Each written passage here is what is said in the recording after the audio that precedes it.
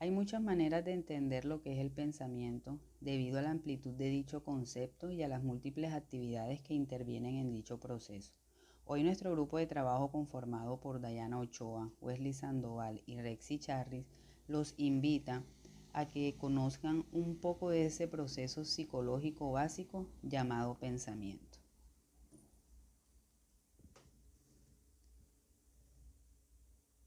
Entender cómo funciona nuestra mente y cómo nuestros pensamientos afectan a nuestra manera de actuar y de sentirnos no es tarea fácil.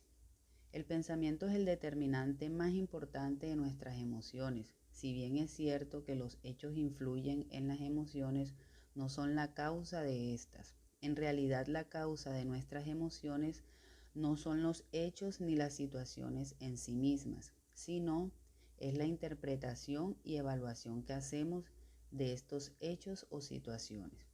Por eso es habitual encontrarnos que ante una misma situación las personas pueden reaccionar de forma totalmente diferente y diversas, debido a que cada una de ellas hace una interpretación diferente a esa situación y a esa interpretación es la que marca nuestra respuesta emocional.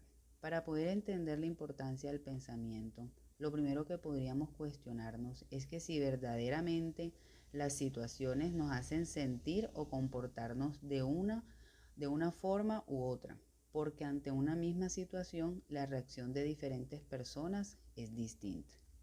Si las situaciones fueran las que provocaran nuestros estados y formas de comportarnos, todas las personas respondiéramos de la misma manera. Seríamos una especie de clones o robots que están programados para generar siempre las mismas respuestas ante los mismos estímulos.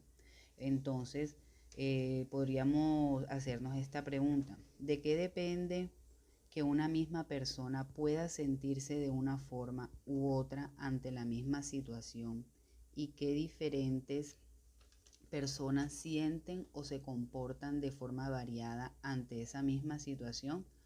Pues depende de los pensamientos, es decir, de nuestra forma de pensar e interactuar esa situación.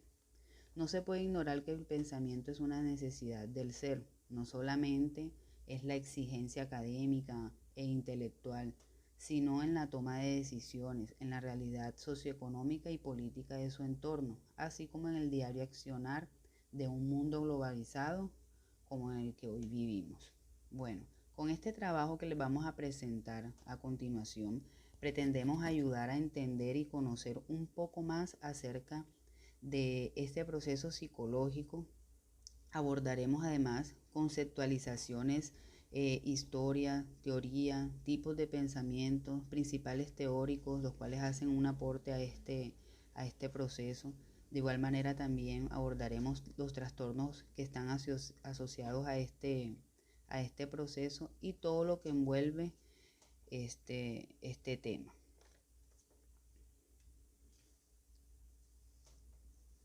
Bueno, refiriéndonos o trasladándonos un poco a la historia de del pensamiento, iniciamos con la Edad Antigua. Grecia es la cuna del pensamiento filosófico, pues allí donde aproximadamente 6 siglos antes de la era cristiana se logra dar las primeras explicaciones racionales sobre el origen y la constitución de las cosas. Es allí donde la razón se comienza a usar como medio para penetrar a la realidad, desarrollando la física y la metafísica. Son propiamente los griegos quienes toman conciencia de la importancia racional. Al hacer esto, rompen con el esquema explicativo de la realidad de los demás pueblos conocidos hasta entonces. Ellos utilizaban en ese entonces pues el mito. En este momento, en la Edad Antigua, que es la de la que estamos hablando, es donde se comienza a ver la naturaleza de una forma distinta. La primera forma de concebir el ser de la naturaleza es por medio de la razón, a través de la logoterapia, pues son conscientes de que la naturaleza se puede explicar y puede ser comprendida. La logoterapia es el primer acercamiento al estudio racional del ser de las cosas. Por eso podemos decir que el paradigma que caracteriza el pensamiento de la antigüedad es la psiquis, es decir, el ser. Bueno, otra época en la que se representa este proceso es la Edad Media. En la Edad Media, pues es una época donde Dios va a ser o fue el centro de todas las explicaciones tanto del mundo y de la ciencia. En los primeros tiempos de la Edad Media se dio una locura y un interés por Dios por parte de los más brillantes y mejores europeos. Casi se puede decir que se obsesionaron con Dios. Sus vidas giraban en torno a Dios de una manera como nunca antes se había visto en Occidente. Y la teología se convierte en la reina de las ciencias. Pensaban sobre Dios, estudiaban a Dios, trataban de descubrir su voluntad y obedecerla, e intentaban descubrir también los propósitos que Dios tenía para el mundo. Otra época que marca este proceso también, la evolución de este proceso, fue la Edad Moderna. El nuevo eje, desde que el que se explica la realidad va a ser la razón. La ley de las cosas es la razón. La razón es la que decide el existir de las cosas. Hay un nuevo señor y legislador. ¿Cuál es? El pensamiento. Es el dador de sentido, el que pone reglas y orden y el que decide lo que es y lo que no es en las diversas esferas del vivir humano. Se pensaba que para hablar del mundo, de la sociedad, del hombre y de Dios, hay que hacerlo desde la racionalidad. Ella es la garantía de la realidad y el criterio de la verdad.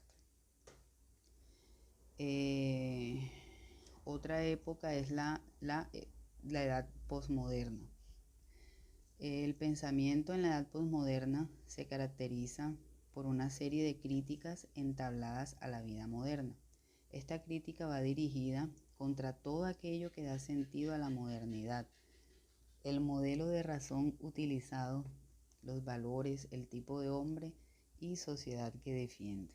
En primer lugar, esta época posmoderna se caracteriza porque en la verdad absoluta se ha debilitado o se debilitó hasta el punto de que en la posmodernidad no se habla de verdad sino de verdades, es decir, la verdad depende de los distintos sujetos. Bueno, ahora vamos a hablar sobre qué es el pensamiento. Vamos a hablar un poco sobre el concepto. Bueno, el pensamiento es una de las actividades abstractas que realiza la mente y que consiste en formar ideas y representaciones de la realidad. La mente es un conjunto de capacidades cognitivas que permiten desarrollar la inteligencia y el intelecto, es decir, aprender a razonar, a percibir, imaginar, tomar decisiones y comprender la realidad. La mente es intangible y surge con el trabajo de las neuronas que se encuentran en el cerebro, el cual es un órgano que centraliza las actividades del sistema nervioso del organismo y que cumple diversas y complejas funciones, y una de ellas es el pensamiento, es decir, la capacidad de formar ideas, representaciones y asociaciones entre todas ellas. La palabra pensar viene del latín y significa comparar y estimar. El pensamiento integra la conducta como una de sus fases. Es el proceso cognitivo que genera predicciones conductuales probables, es decir, el pensamiento que tenemos frente a una situación nos marca probablemente cómo actuaremos. En conclusión, pues podemos decir que el pensamiento, en su sentido más común, es un proceso cognitivo consciente que puede ocurrir tras la estimulación sensorial. Nos ayuda a organizar la realidad que nos rodea, recogiendo y organizando la información que nos llega.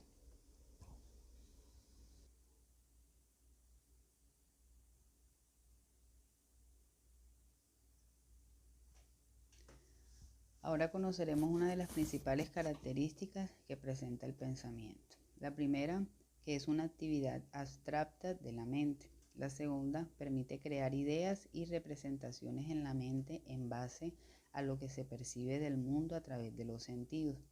La tercera es una capacidad condicionada por el desarrollo neuronal, físico-motriz, el sistema nervioso, el lenguaje y las costumbres del entorno. Y por último, es una capacidad que se puede mejorar con la práctica de ejercicios mentales y con la incorporación de contenidos nuevos cada vez de mayor complejidad.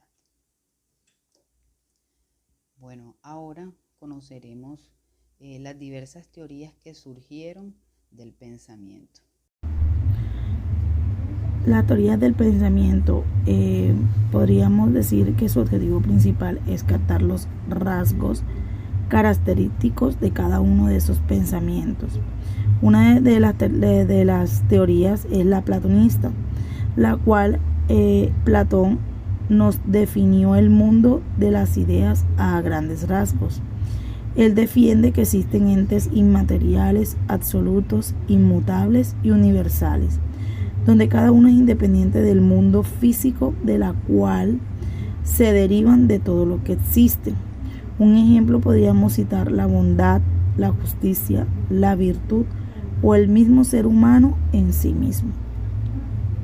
Encontramos la teoría aristotélica y conceptual, donde sostiene que la mente es capaz de pensar en algo instanciado, siendo la esencia del objeto de pensamiento. Nos cita un ejemplo donde nos dice que si al pensar en los árboles, la mente inmediatamente lo relaciona con la arbolidad. Esta relación que él hace nos dice que nos ocurre en la materia, como es el caso de los árboles reales, sino en la mente. El conceptualismo está estrechamente relacionado con el aristotelismo, ya que sostiene que pensar consiste en evocar conceptos mentalmente. Algunos de estos conceptos pueden ser innatos, pero la mayoría debe aprenderse a través de la abstracción de la experiencia sensorial antes de que puedan usarse en el pensamiento.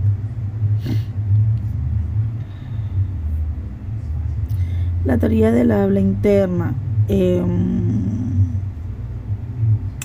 nos habla o nos equivale que en gran medida a pensar no con palabras sino con el significado de las mismas. Es algo dinámico, cambiante e inestable, algo que está entre la palabra y el pensamiento. Estos dos componentes del pensamiento verbal más o menos estables y delineados nos habla Vygotsky en 1973. La hipótesis del lenguaje del pensamiento también hace referencia a una de las teorías del pensamiento, donde nos dice que esta teoría está desarrollada principalmente por el filósofo estadounidense Henry Fodor, la cual nos dice que es una especie de lenguaje específico utilizado en cada uno de los procesos mentales, que nos permite el desarrollo de pensamientos complejos a partir de conceptos más simples. Encontramos la teoría del conductismo, donde es radical. Esta teoría es muy radical y la cual nos plantea que los pensamientos o imágenes mentales no existen o no deben ser evaluados. Simplemente ha defendido la idea de no considerar necesariamente a los pensamientos como una causa, ya que estos son parte de la conducta aprendida a partir de influencias biológicas y ambientales. Podríamos entrar hablando sobre cada una de las clasificaciones del pensamiento, donde nos dicen que existen diferentes tipos de pensamiento, los cuales tendremos que utilizar en determinadas ocasiones dependiendo de la tarea que estemos utilizando. Uno de esos pensamientos es el reflexivo. Este fue expuesto por uno de los más grandes estadounidenses norteamericanos, John Dewey, en su libro de Cómo pensamos. En este libro nos reconoce los siguientes valores en el pensamiento reflexivo, donde nos facilita una acción sistemática, orientándolas a nuestras acciones hacia un objetivo de manera consciente, y facilitando el control entre el pensamiento y la acción. El pensamiento crítico. Este hace referencia a la indagación, al análisis y a la evaluación del conocimiento. Se enfrenta a la realidad de todas sus dimensiones, como sería cómo vemos la realidad, o sea, cómo queremos ver la realidad, cómo queremos que sea esa realidad, cómo es la realidad en la actualidad y cómo sería la realidad en el pasado. El pensamiento analítico, este nos ayuda a entender mejor una mejor situación, donde nos ayuda a organizar la realidad para que la podamos procesar de una mejor manera. Cada una de las personas adopta este tipo de pensamiento y suelen tener bien claras y definidas sus ideas, ya que hace un análisis exhaustivo y reflexivo acerca de un problema o una situación. De entre los principales representantes del pensamiento encontramos a tres que dieron su gran aporte al pensamiento. Uno de esos es Sócrates. Se caracterizó por ser un maestro que estimulaba a sus discípulos a alcanzar sus propias decisiones por medio de la mayéutica, donde ayudaba a alumbrar el pensamiento a través de la conversación. Platón, su teoría más famosa tiene que ver con la división entre el mundo sensible y el mundo de las ideas. El mundo sensible es el que captamos a través de los sentidos y es mutable, mientras que el de las ideas se rige por el principio de lo original y lo verdadero. Y el último sería René Descartes, donde uno de sus mayores aportes fue la creación del método científico. Aquí fue basado en cada uno de sus procedimientos. Su principal objetivo fue buscar la verdad a través de la duda, así por medio de 4 reglas: evidencia, análisis, síntesis y recapitulación, donde llegó a la conclusión de que solo lo que puede probarse de manera racional es verdadero. ¿Dónde se encuentra el pensamiento? ¿Cómo funciona el pensamiento?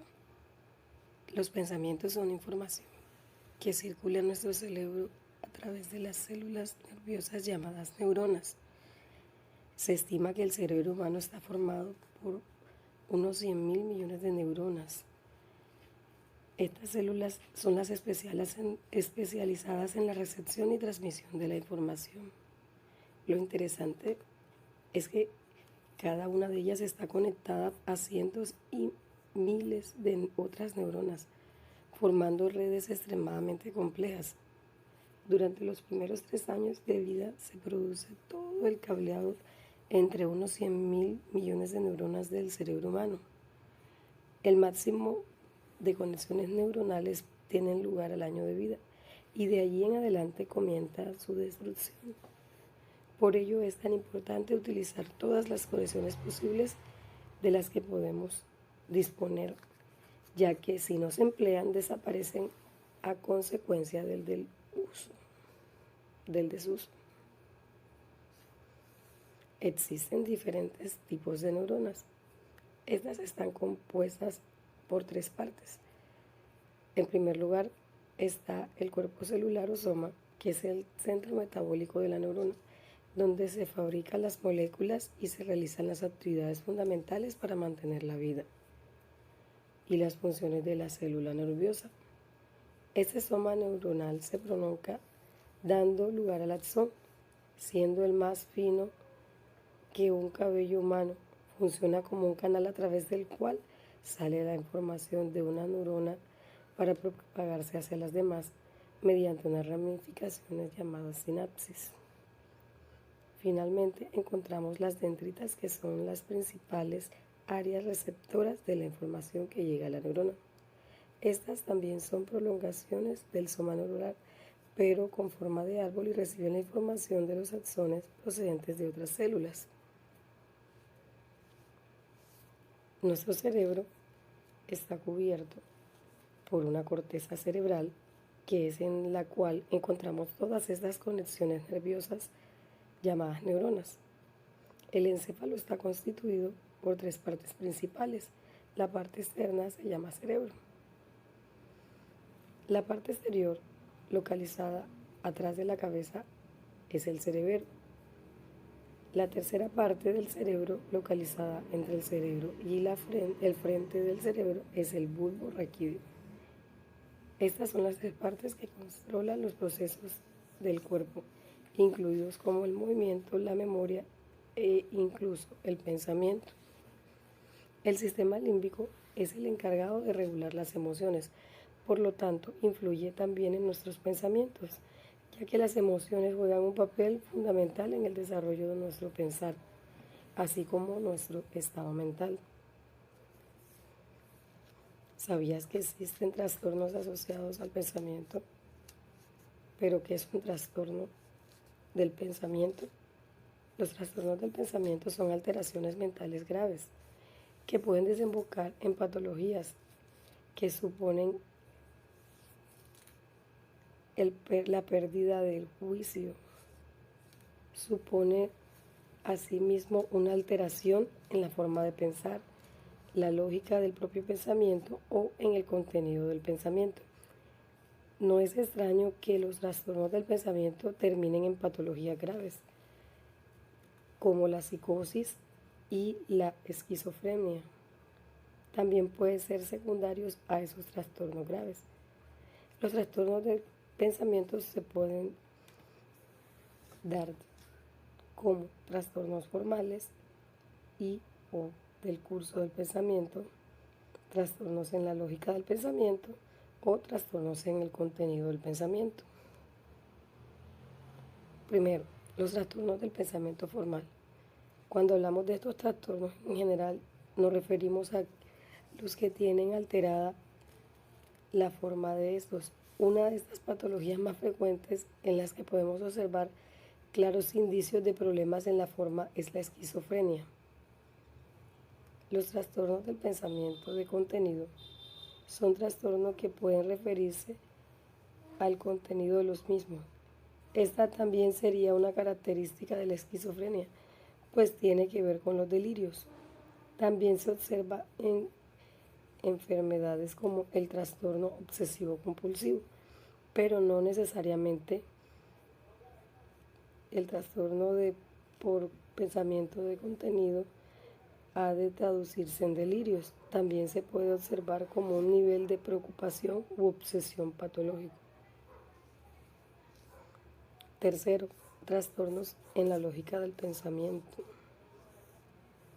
Básicamente se dividirían en 2, el pensamiento ilógico y el pensamiento alógico. El pensamiento ilógico se manifiesta en individuos normales y se basa en la ignorancia, emociones, etc. El pensamiento alógico es una forma extraña de relacionar ideas con independencia, estado emocional o la ignorancia del sujeto. Hablemos de los instrumentos de valoración del pensamiento. ¿Cómo se puede evaluar el pensamiento? Para evaluar el pensamiento debemos explorar los procesos cognitivos básicos y del sensorio, formales como la velocidad de pensamiento, flujo asociativo, estructura. Funcionales están la atención, percepción, memoria y concentración. Fenómenos especiales que podemos encontrar como los delirios, alucinaciones, lenguajes bizarros, ecolagias. ¿Qué es la evaluación neuropsicológica? Es aquella que nos permite analizar funcionalmente el cerebro, brindándonos información de las alteraciones en las áreas del mismo. Estas funciones básicas afectadas y el nivel de compromiso que estas alteraciones puede entrar en la vida de una persona. ¿Cómo evaluar el estado mental de una persona? Pues se hace a través de algunos exámenes. Entre los exámenes más comunes utilizados son el examen del mini estado mental o el examen de Goldstein y la evaluación cognitiva Montreal. El proveedor revisará la apariencia física, incluso la edad, la vestimenta y otras características que dan sentido a estas evaluaciones. Algunos instrumentos de evaluación del pensamiento crítico. Recordemos que el pensamiento crítico, antes mencionado, es aquel pensamiento más complejo que da sentido a una razón, que puede sostener argumentos, que puede darle sentido lógico y argumentar las ideas que podamos tener. Este es el pensamiento más avanzado que puede tener una persona. Entonces, para evaluar el pensamiento crítico pueden existir diversos instrumentos que son unas pruebas ideadas por algunas personas que dieron sus aportes. La primera de estas es la prueba construida por Halpern en el 2006. Evalúa 5 habilidades del pensamiento crítico, que son el testeo de la hipótesis, el razonamiento verbal, análisis de argumentos, probabilidad e incertidumbre y toma de decisiones para la resolución de problemas. El segundo, el Cornell Thinking Test Level, desarrollado por The Critical Thinking Co. en California, donde se valora la capacidad de razonamiento de la persona a través de escenarios ficticios. La prueba de Watson-Glasser es la tercera. Mide el pensamiento crítico a través de las siguientes destrezas, como son la valoración de las inferencias válidas, reconocimiento de suposiciones, razonamiento deductivo e inductivo, la interpretación y evaluación de argumentos por medio de un grupo de preguntas aprobadas que miden todas las destrezas.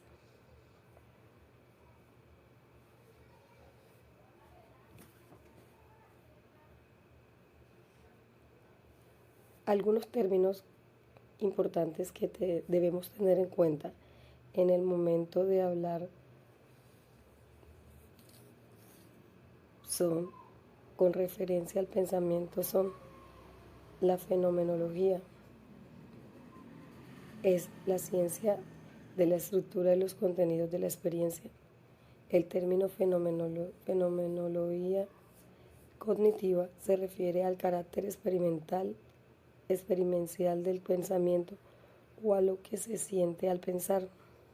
Psicología cognitiva es una rama de la psicología que investiga los procesos mentales internos como la resolución de problemas, la memoria y el lenguaje, todos los cuales se utilizan para pensar.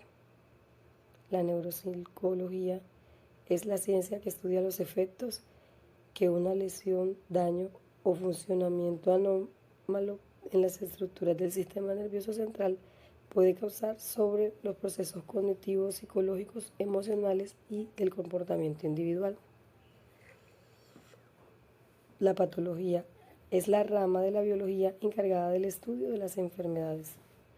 Proceso cognitivo son las operaciones mentales que realizamos de forma secuenciada con el fin de obtener algún tipo de producto mental.